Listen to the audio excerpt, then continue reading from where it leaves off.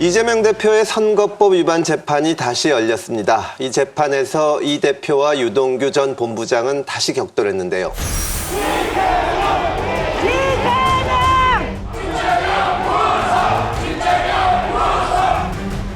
법원에 도착한 이 대표는 굳은 표정으로 법정으로 향했습니다.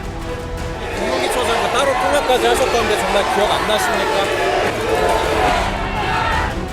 지난 3차 공판에 이어 유동규 전 성남도시개발공사 기획본부장이 증인으로 출석해 이 대표와 다시 대면합니다. 유 전 본부장은 이 대표가 김 전 처장을 모를 수 없다고 주장해왔습니다. 2인 카드 2대 빌려서 하나는 제가 쓰고 하나는 이재명 지사를 보좌하기 위해서 김문기가 직접 몰면서 해줬고요. 법정에선 유 전 본부장은 고 김문기 처장이 대장동 사업과 관련해 이 대표에게 여러 차례 대면 보고했다면서 이 대표 칭찬을 받았다고 자랑한 적도 있다고 증언했습니다. 그러면서 자신도 위례 대장동 사업과 관련해 김 전 처장과 같이 보고한 일도 있다고 밝혔습니다. 김 처장을 몰랐다는 이 대표의 주장을 다시 한번 반박한 겁니다.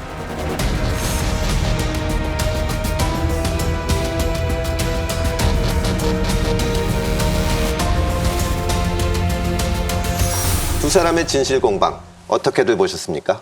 진술의 신빙성을 좀 재판부에서 좀 주의 깊게 보는 것 같아요. 일단 CCTV에 관해 가지고 양쪽 주장에 좀 문제가 좀 있는 거 아닙니까? 그러니까 검찰 측 주장은 이게 다 모조였다였는데 실제 모조는 아니었던 거고, 이쪽에서는 뭐예요? 음성까지 녹음된다라고 했는데 사실 음성 녹음이 안 되는 거고, 본질적으로는 이 CCTV가 일반 CCTV처럼 이제 통합 관리를 하는 게 아니라 비서실에서 따로 관리했다는 거죠. 그러면 온오프가 가능한 거고 사실 설치 안 한 거나 마찬가지거든요. 그렇기 때문에 사실은 이거는 어느 정도는 검찰 쪽 논리가 좀 이긴 것 같고, 왜냐하면 이게 무슨 돈을 뜩 주고받았는데 그 돈이 무슨 사진을 찍어놓은 것도 아니고 이런 거기 때문에 유동규의 진술이 굉장히 뭐랄까 중요할 겁니다. 최 의원님은 법원에 오래 계셨는데 지금 진행되는 상황에 대해서 어떻게 보십니까? 아마 지금 재판부가 관심 가지고 보는 거는 과연 진술의 신빙성을 어떻게 볼 것이냐, 이게 재판부 판단의 기준이 될 것 같은데, 전체적인 큰 그림으로 봐서는 이 사람들이 모의해서 도둑질한 거죠. 예, 도둑질했다는 그 큰 그림은 어느 정도 나와 있는 것 같습니다. 그런데 이제 세부적인 진술들이 이제 그걸 보완해야 되는데, 이런 경우에 대개 세부적인 진술들이 100% 완벽하게 그것을 입증할 만한 그런 진술이 나오지는 않는 경우가 대부분이죠. 네.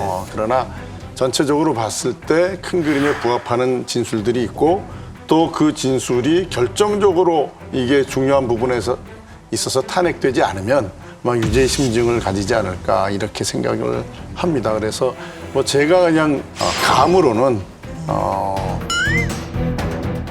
검찰의 기소에 대해서 일부 빠져나가는 부분이 있겠죠. 그러나 큰 틀에서 빠져나가기는 좀 쉽지 않나 보입니다.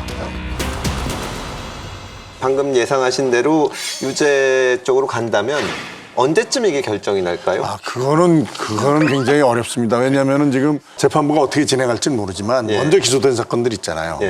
이재명 개인이 아니라 유동규, 그다음에 김만배, 그다음에 정진상, 김용우, 이 진술된 전부 다 이제 공범 관계로 얽히거든요.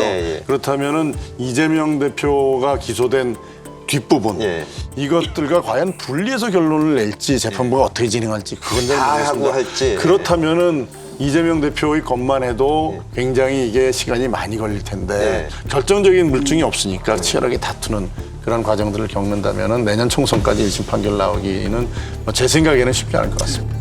저는 이재명 대표의 사법적 의혹에 대해서 보통 사람들과 같이 상당히 의심을 합니다. 그러나 진짜 형사상 유죄인가? 에 대한 확신은 솔직히 못 갖겠어요. 뭔가 수사기관에서 제시한 것도 좀 그렇고, 공방하는 걸 보지 않는 입장에서는 쉽사리 어느 쪽이 말이 맞다라고 하기는 어려운데, 저는 이거는 이재명 대표가 자신의 누명이고 또 더불어민주당에 관련되어 있는 문제이기도 하고 국민적 초관심사가 되고 있는 만큼 본인이 이 문제를 하는 데 집중하고요. 그러기 위해서라도 당대표를 빨리 물러나길 바랍니다. 아마 제가 이런 얘기하는 거 이재명 대표나 이재명 주변에 있는 사람들은 아주 진짜 눈에 가시가 들 거예요.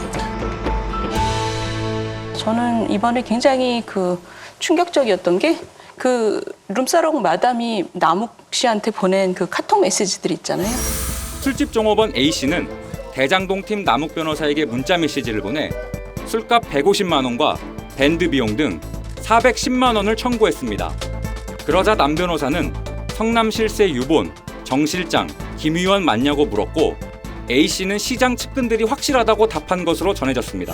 그런 세상이 세상 어디면가 있을 거라는 생각들은 영화를 통해서 봤지만 그런 영화의 세상이 그대로 성남시청 주변에서 벌어지고 있었다라는 것은 정말 이 실제와 허구가 굉장히 섞여 있구나. 이거를 저는 국민들 입장에서는 굉장히 황당한 거예요. 이게 다 성남 원주민들의 집을 싸게 넘긴, 공공부문에다 자기 집을 싸게 넘긴 그 돈을 지금 자기들 먹고 여자랑 놀고 이런 데다 쓴 거잖아요. 시장 측근이라는 사람들이 이걸 얼마나 허가호의를 하고 다녔는지가 너무너무 생생하게 나온 거죠. 그러니까 이번에 저는 이재명 씨 주변의 이 사건들이 어느 정도가 나중에 유죄가 되든 상관없이 국민들에게 이 개발하고 관련된 지방 권력과의 유착은 대단한 거구나라는 것을 이번에 국민들이 굉장히 생생하게 느꼈을 것 같아요.